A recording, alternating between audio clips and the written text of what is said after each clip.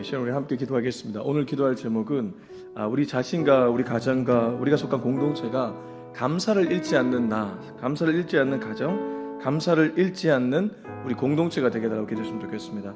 사단 마귀는 감사를 빼앗아갑니다. 감사가 사라지면 그 자리는 반드시 불평불만이 차지하게 됩니다. 이 시간 우리가 기도할 때 주님, 감사를 빼앗기지 않는 내가 되게 하여 주시옵소서. 범사에 감사하는 입술 되게 하여 주시옵소서. 우리 다 같이 통성으로 기도하시겠습니다. 하나님 아버지, 이 시간에 주 앞에 기도합니다.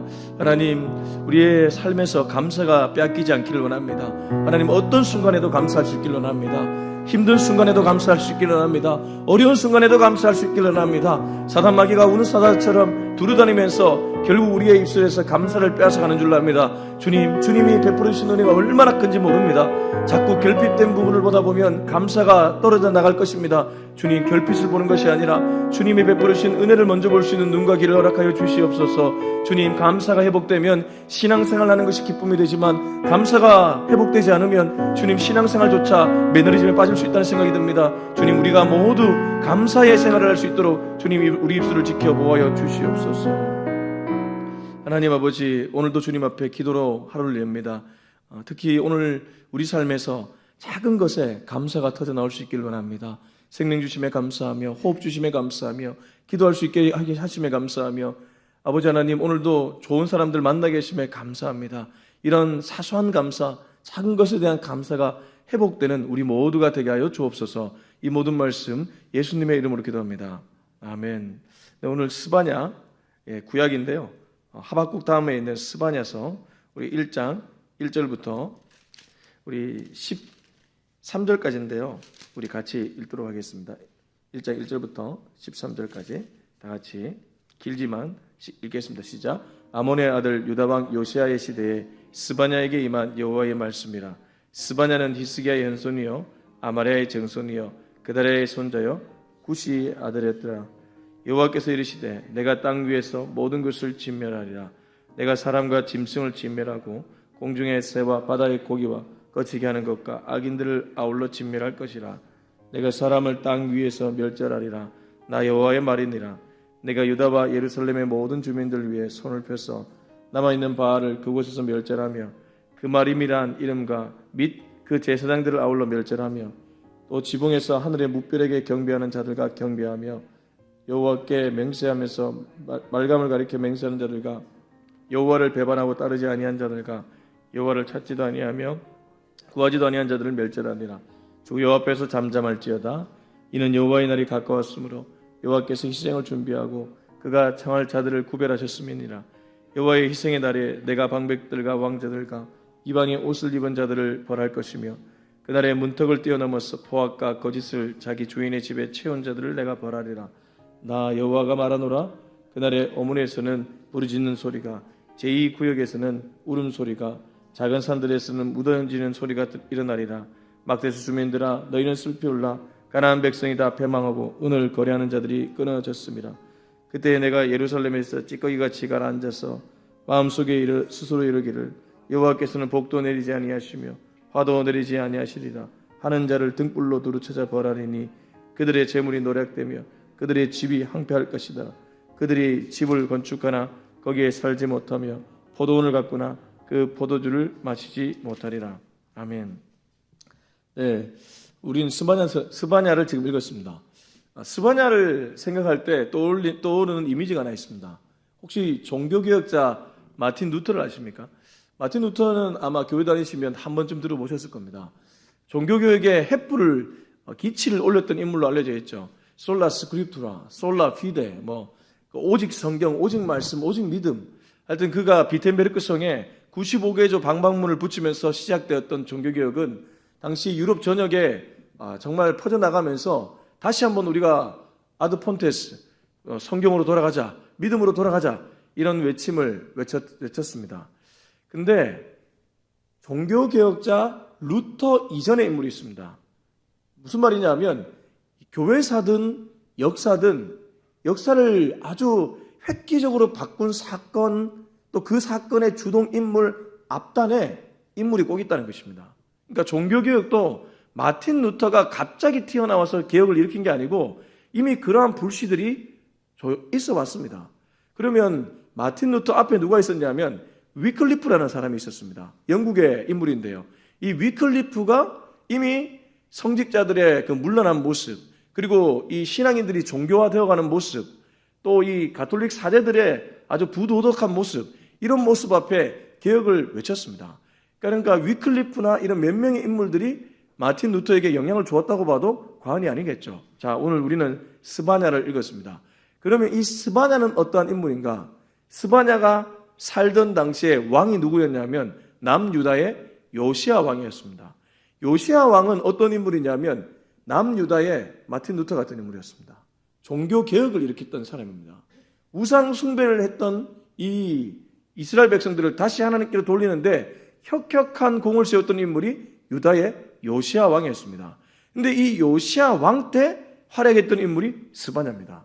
그리고 요시야 왕이 개혁을 할 때 아주 귀한 메시지를 흘려줬던 인물이 스바냐라는 것이죠. 그래서 우리가 아까 읽었지만 멸절하리라 멸절하리라 멸절하리라, 그 모든 것이 뭐냐 하면 우상 숭배하는 이스라엘 백성들을 향한 하나님의 마음이죠.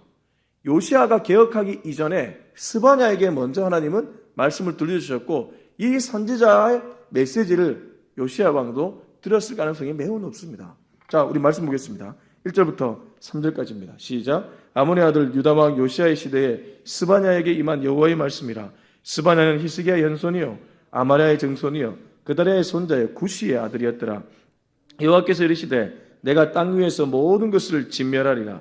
내가 사람과 짐승을 진멸하고 공중의 새와 바다의 고기와 거치게 하는 것과 악인들을 아울러 진멸할 것이라. 내가 사람을 땅 위에서 멸절하리라. 나 여호와의 말이니라. 1절 보시면 유다왕 요시야 시대에 스바냐에게 여호와의 말씀이 임했다고 제가 앞서 말했던 그 말씀을 기록하고 있습니다. 근데 이 스바냐가 가문을 찾아가 보면 히스기야의 현손이요 아마랴의 증손이요 그다랴의 손자요 구시의 아들이었더라. 이 인물이 제가 볼 때는 가문이 나쁘지 않은 인물입니다. 그러니까 이사야도 왕실에서 선지자 노릇을 했기 때문에 이 선지자들 중에는 간혹 이 가문이 좋았던 인물들이 있는데 이 스바냐도 마찬가지라는 거죠. 근데 하나님이 주신 메시지를 보면 화가 머리 끝까지 나셨습니다. 2절 3절 보십시오. 내가 땅 위에서 모든 것을 진멸하시리라.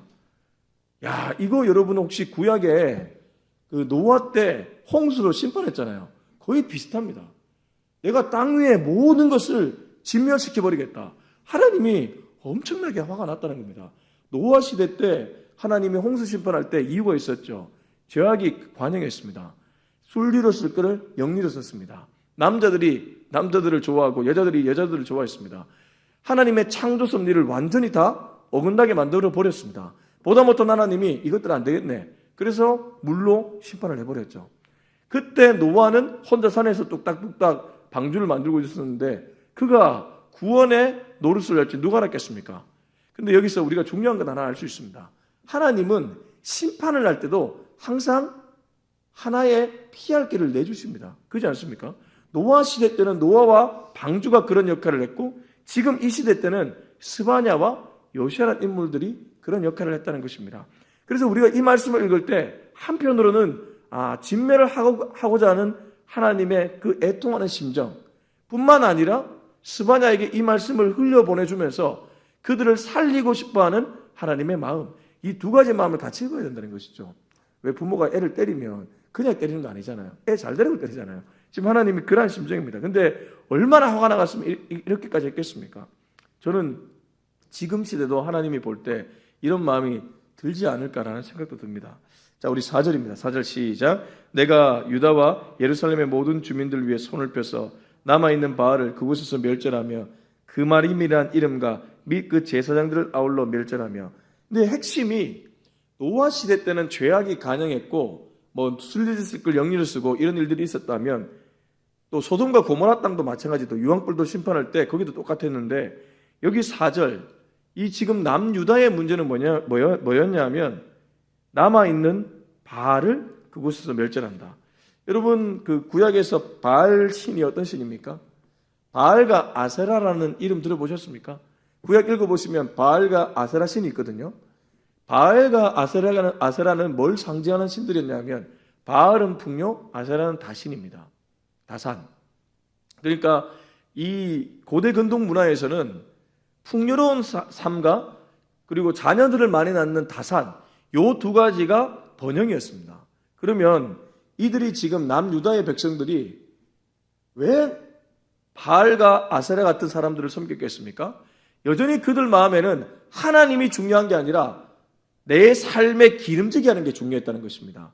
우선순위가 하나님이 아니라 하나님보다 내 삶에 지금 당장 와닿는 것, 그게 우선순위였다는 것이죠. 그러다 보니까 나도 모르게 뭘 찾아갑니까? 바알을 찾아가게 되는 것입니다.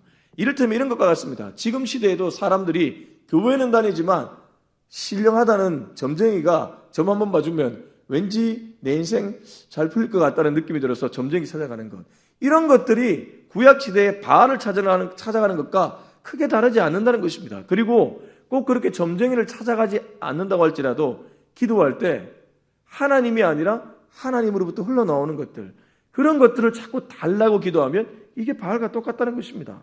근데 하나님이 뭐라고 얘기하십니까? 4절, 내 손을 펴서 내가 유다와 예루살렘의 모든 주민들을 위해 손을 펴서 남아있는 바알을 그곳에서 멸절하며 그마림이란 이름과 및 그 제사장들을 아울러 멸절한다. 근데 이 제사장들이 정신 못 차리고 아마 이 유다 백성들과 같이 한 통속이 되었던 것 같습니다. 그러니까 이렇게 제사장들까지 혼내시는 것이죠. 종교개혁할 때 사제들을 뭐가 문제 있었습니까? 면죄부를 줬잖아요.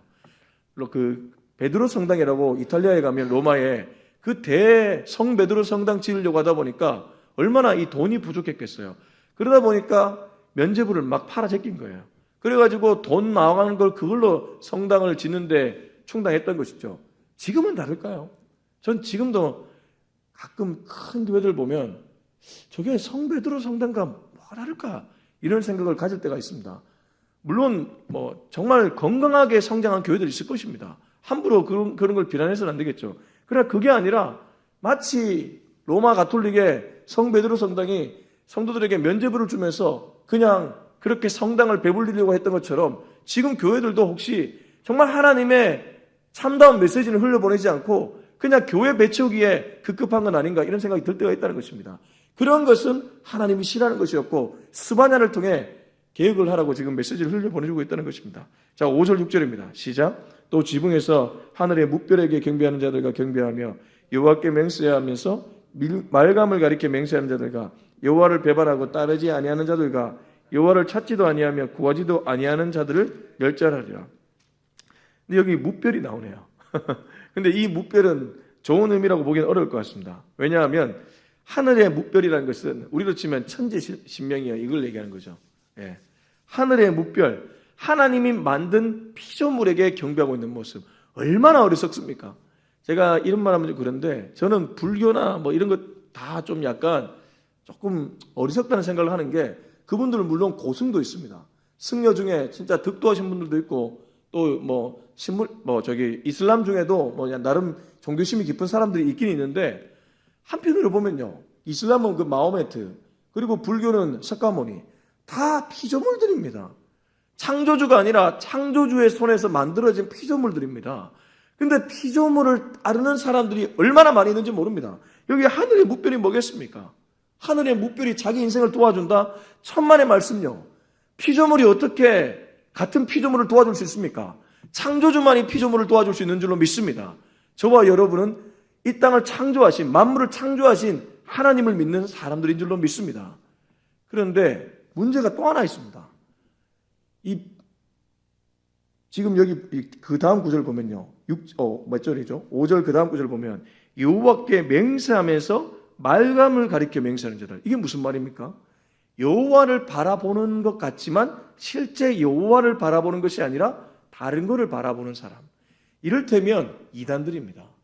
하나님을 말하는 것 같지만 결국 자기를 가리키거나 모든 전체 교인들을 딴 방향으로 끌고 가는 사람들. 근데 저는 요즘 이단들 보면서 한편으로는 기존 정통교회 목회자들도 좀 배워야 된다는 생각이 듭니다. 이게 무슨 말이냐면요, 이단이 잘못하지 않았다는 것이 아니라, 제가 얼마 전에 CTS 노량진에 한번 다녀온 적이 있는데요, 그 노량진에 제가 강의 때문에 좀 몇 달 됐습니다. 그때 다녀올 때 비가 부슬부슬 내렸거든요. 또 비도 오고 제가 또 그날 또 그 강의 시간보다 좀 일찍 갔거든요. 그래서 그 뒤에 혹시 노량진 시티에서 가보셨습니까? 그 뒤에 보면 이마트 그 24시 있잖아요. 편의점이 있거든요. 그래서 그 뒤에 가가지고 뭐 김밥도 좀 먹고 가려고 들어갔어요. 근데 이제 어디서 설교가 들려요. 그래서 이 점주가 이 이마트 24시 우리 편의점 점주가 이 설교를 들으신 거가 신앙인이구나. 그래서 제가 가서 지금 말을 걸었죠. 뭐 어떤 설교 들으십니까? 혹시 임마누엘 교회 아십니까? 임마누엘 교회 들어본 것 같습니다. 유광수 목사 아십니까? 이러는 거예요. 딱 듣는데 다락방 유광수 그 이단이거든요. 아, 그러세요. 그 딱 듣는데 그 왜 들으십니까? 말씀을 기가 막히게 잘한다는 거예요. 그래가지고 자기가 그걸 듣고 있는데 이런 사람들이 얼마나 많을까. 그 사람 정통교단에서 이단으로 판명되는 사람인데 물론 어떤 교단은 다락방 유광수는 이단성이 강하지 않다고 얘기를 하기도 합니다. 그러나 어찌됐든 간에 제가 지금 왜 이단에서 배워야 된다고 얘기하냐면 그래서 제가 유광수를 한번 찾아봤어요. 부산에 가면 영도라는 곳이 있습니다. 영도의 동삼동에 동삼제일교회 이 사람이 부임했는데 어마어마하게 교회가 부흥된 거예요. 그래서 이 사람의 부흥 스토리를 배우려고 막 여러 목사들까지 가서 거기서 같이 이단으로 간 사람들이 있습니다. 유광수를 팔아. 그래 유광수가 또 총신대 신학대하고 나왔는 걸로 알고 있어요. 저는 저와 같은 동문으로 알고 있는데 그러다 보니까 근데 이 사람 제가 설교를 들으니까 카리스마 있습니다. 메시지죠. 이거 보통 목사보다 나을 수도 있습니다. 그러니까 이게 이단들한테 빠지는 거예요. 신천지 이만희한테 왜 빠집니까? 이만희도 뭐가 있으니까 그렇게 빠지는 것 아니겠습니까? 근데 문제는 이 사람들이 가르치는 게 무엇입니까? 여기 5절 뒤에 보면 결국 여호와를 가리키는 것이 아니라 말감을 가리켜 맹세하게 만든다는 것입니다.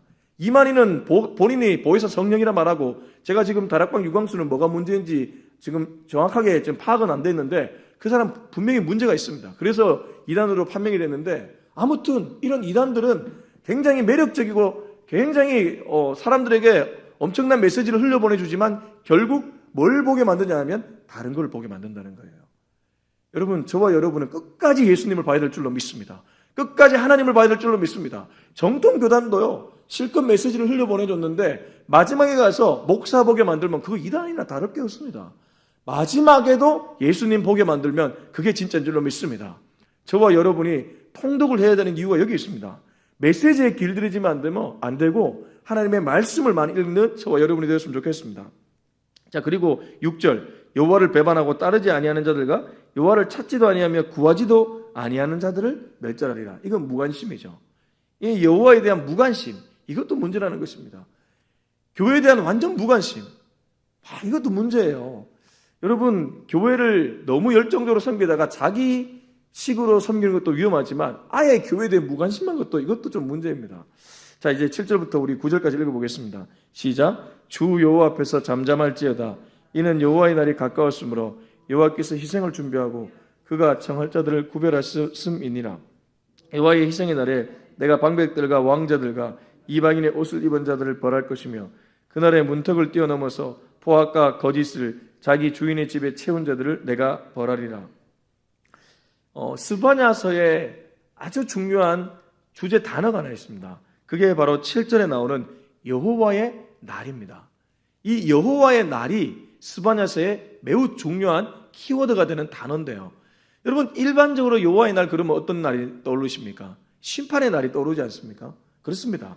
지금 멸절이라는 것은 결국 심판하겠다는 심판의 날을 가리키죠. 근데 한 번 더 생각해 보세요. 하나님이 심판하시는 날이 우리 믿는 백성에게는 잘 생각해 보면 구원의 날입니다. 왜 그렇습니까?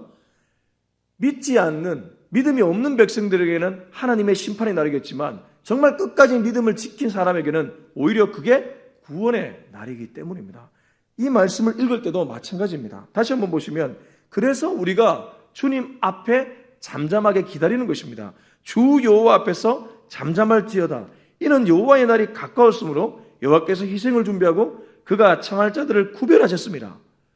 여호와의 희생의 날에 내가 방백들과 왕자들과 이방인의 옷을 입은 자들을 벌할 것이며 그날의 문턱을 뛰어넘어서 포악과 거짓을 자기 주인의 집에 채운 자들을 내가 벌하리라. 얼핏 보면 심판의 그림자가 드리워져 있지만 잘 보면 너는 잠잠히 기다리라. 내가 일할 것이다. 너를 답답하게 만드는 무리들 내가 일할 것이다. 너는 잠잠히 기다리라는 것입니다. 그리고 우리가 해야 될 것은 뭐냐면 7절 끝에 여호와께서 희생을 준비하고 그가 청할 자들을 구별하셨습니다.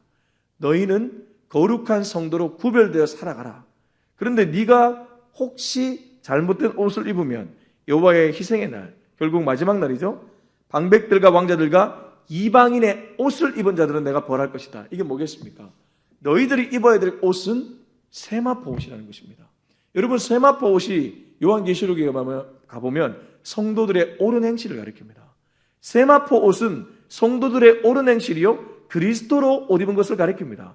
그리스도로 옷 입었다는 것은 언제나 내 삶의 주인이 그리스도라고 고백하는 것이요 그리스도의 피로 내 죄가 깨끗해졌다는 것을 고백하는 것입니다. 그 옷을 입으면 심판의 날에 심판을 피하게 되지만 그 옷이 아니라 이방인의 옷, 바알의 옷, 이단의 옷, 이런 옷을 입으면 우리는 심판을 피할 수 없다는 것입니다. 어떤 의미에서 굉장히 무서운 말씀입니다. 자, 우리 10절에서 13절까지 읽고 마무리하겠습니다. 시작. 나 여호와가 말하노라. 그날에 어문에서는 부르짖는 소리가, 제2구역에서는 울음소리가, 작은 산들에서는 무너지는 소리가 일어나리라. 막대수 주민들아, 너희는 슬피 울라. 가나안 백성이 다 패망하고 은을거래한 자들이 끊어졌습니다. 그때 내가 예루살렘에서 찌꺼기같이 가라앉아서 마음속에 스스로 이르기를 여호와께서는 복도 내리지 아니하시며 화도 내리지 아니하시리라 하는 자를 등불로 두루 찾아 벌하리니 그들의 재물이 노략되며 그들의 집이 황폐할 것이라. 그들이 집을 건축하나 거기에 살지 못하며 포도원을 갖거나 그 포도주를 마시지 못하리라. 자, 여기 말씀에서는 우리가 두 가지를 캐치할 수 있습니다. 10절, 11절에서는 소리가 들려옵니다. 그런데 이 소리는 사실 여호와의 심판 앞에 통곡하는 안타까움의 소리입니다. 나 여호와 말하노라. 그날의 어문에서, 그날은 심판의 날이죠. 그 심판의 날에 어문에서는 부르짖는 소리, 이 구역에서는 울음소리, 이런 장소를 정확히 몰라도 좋습니다. 중요한 건 심판의 날이 되면 드디어 통곡의 소리가 울려 퍼진다는 것입니다. 여러분, 지금 웃고 있는 사람들의 소리 있죠. 정말 세상의 방법으로 성공해서 하우 이렇게 웃고 있는 소리 있죠. 마지막 날 당하면 이게 통곡 소리가 다 바뀌게 된다는 것입니다. 그래서 우리는 영안을 열고 저 소리가 영원한 소리가 아니라는 것을 깨달을 줄 알아야 됩니다. 오히려 우리가 주님 앞에 나와 회개에 부르짖는 소리가 그게 진짜 소리입니다. 회개의 울음소리는 나중에는 기쁨의 소리로 바뀌지만 지금 기뻐하는 세상의 번영의 소리는 나중에 통곡의 소리로 바뀐다는 것을 스바냐는 얘기해주고 있습니다. 이 말씀에 요시야가 엄청 은혜를 받았다는 것입니다. 그래서 우리나라 이러면 안 되겠다. 개혁해야 되겠다. 저도 윤석열 대통령이요. 정말 이 땅을 개혁하십시오. 좀 이렇게 아니면 외치고 싶습니다. 자, 그리고 나서 마지막에 12절. 그때 내가 예루살렘에서 찌꺼기같이 가라앉아서 마음속에 스스로 이르기를 여호와께서는 복도 내리지 아니하시며 화도 내리지 아니하시리라 하는 자를 등불로 두루 찾아 벌한다. 이게 뭐냐 하면 밋밋하다고 말하는 사람들, 다르게 말하면 하나님은 안 계신다고 말하는 사람들입니다. 여호와는 너무 밋밋한 분이다. 화도 없고 복도 없다. 아니, 하나님이면 내 삶에 완전히 복을 주든지 아니면 나 같은 죄인 완전히 멸하든지, 이건 뭐야? 밋밋하게 짝이 없네? 라고 말하는 사람들을 찾아서 내가 벌하겠다. 이게 뭐냐 하면 결국 하나님을 믿지 않는다는 거예요. 하나님을 기다리지 않는다는 것입니다. 하나님은 반드시 당신의 타이밍에 일하는데 기다리지 못하고 입으로 범죄한다는 것입니다. 하나님은 화도 없고 복도 없구나. 하나님 어디 계십니까? 라고 말하는 사람들은 하나님이 미워한다는 것입니다. 저와 여러분은 그렇게 되지 않기를 축복합니다. 여러분, 하나님은 반드시 살아 역사하십니다. 오늘 스바냐에게 역사한 하나님은 이 시대의 하나님이 아니라 지금 우리 시대에도 동일한 하나님인 줄로 믿습니다. 그분은 반드시 그분 타이밍에 일합니다. 우리가 그때를 잘 기다릴 수 있기를 원하고 입술로 범죄하지 않는 저와 여러분이 될 수 있길 예수님의 이름으로 축복합니다. 우리 기도하겠습니다. 이 시간 기도할 때 주님, 오늘도 주님의 타이밍을 잠잠히 기다리는 내가 되게 하여 주시옵소서. 정말 어둠의 시간에 어둠의 때일수록 어둠을 보는 것이 아니라 저 멀리 찾아오는 작은 빛 한 줄기를 볼 수 있는 우리 모두가 되게 하여 주시옵소서. 우리 다 같이 통성으로 기도하시겠습니다. 하나님 아버지, 이 시간에 스바냐서를 통해서 하나님 귀한 깨달음을 주시며 감사합니다. 스바냐는 참 유다가 완전히 우상 숭배로 점철되었을 때에 왕을 흔들어 깨웠던 인물이었습니다. 요시야 왕을 흔들어 깨웠고 나라를 흔들어 깨웠던 인물입니다. 그가 대단했던 것이 아니라 하나님이 그를 통해 이스라엘 백성들에게 살 길을 내주신 것입니다. 주님은 심판하시는 중에도 언제나 구원의 그림을 갖고 심판을 하시는 줄로 믿습니다. 예수님이 십자가에 달리신 이유가 바로 여기 있는 줄로 믿습니다. 주님, 이 땅의 많은 사람들은 세상의 번영 앞에 번영의 소리를 낼지 모르겠지만 우리들이 가야 될 길은, 우리들이 내야 할 소리는 번영의 소리가 아니라 찬송의 소리요, 찬양의 소리요, 회개의 소리인 줄로 믿습니다. 그러한 소리들이 나중에는 심판의 날이 되었을 때에 오히려 진짜 번영의 소리가 될 줄로 믿습니다. 주님, 우리가 이러한 눈을 뜰 수 있도록 도와주시옵소서. 이제는 우리 주 예수 그리스도의 은혜와 하나님의 다함없는 사랑과 성령의 기름 부으심의 은혜가 오늘도 여호와의 날을 잠잠히 기다리며 끝까지 여호와를 신뢰하며 입술로 범죄하지 않기로 다짐하는 우리 모두의 머리 위에 지금부터 영원토록 함께하기를 간절히 축원하옵나이다. 아멘.